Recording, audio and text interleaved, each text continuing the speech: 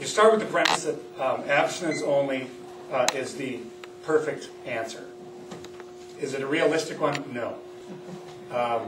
We absolutely need to have a more comprehensive message than just abstinence only. And that, frankly, I was just reading an article today about how the abortions of teenagers have declined, but for people in their 20s, they've increased.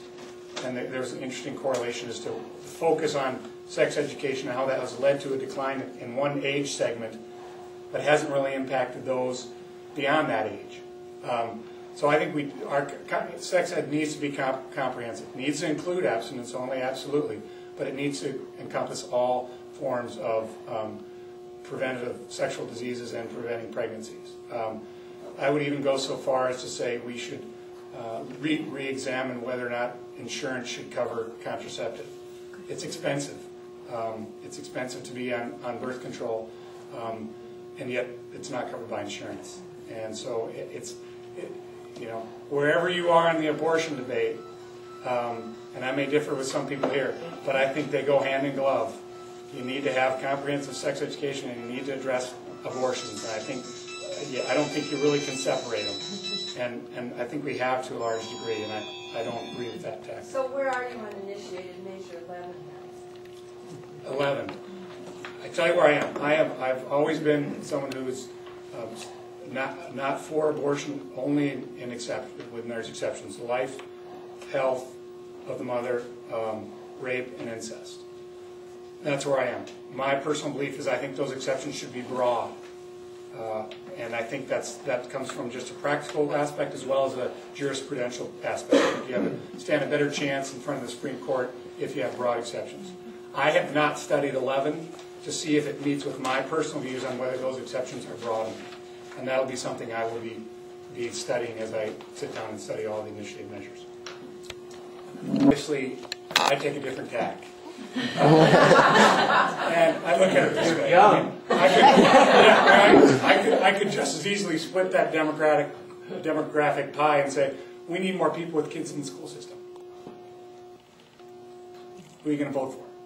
You know? I mean, you know, you can split that demographic. And remember this, it's the people who elect people to serve, okay? So, I mean, I think it's a little unfair to cast stones at the people who are sitting in Pierre who have gone through this process and the people have decided to send them there. And so, and demographics at being what they are, you can split that in a whole host of different ways, and you can draw a whole host of different lines and to say we either are represented demographically properly or not. And I think I would rather look at it, and I do look at it, not whether they're liberal, conservative, Democratic, or Republican, but are they qualified, are they talented, will they do the right thing?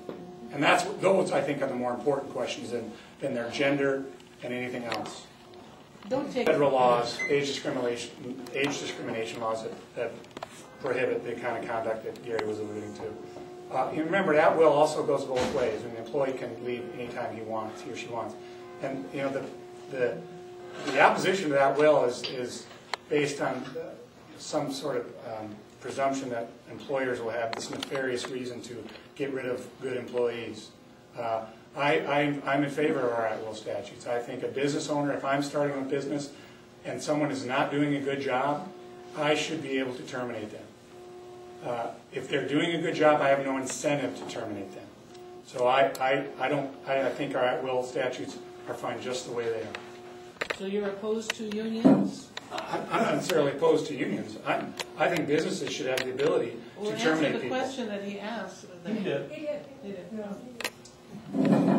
About the thank you bandwagon, I do appreciate you guys coming out, and I appreciate the forthright discussion we've had.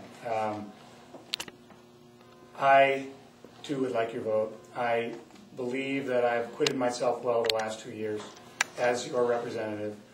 I may not carry home run legislation, but I hit a lot of singles, and I'm hoping that I can continue to move in that direction and focusing on the issues I have, primarily economic development. I'm forthright. I can tell you what I think.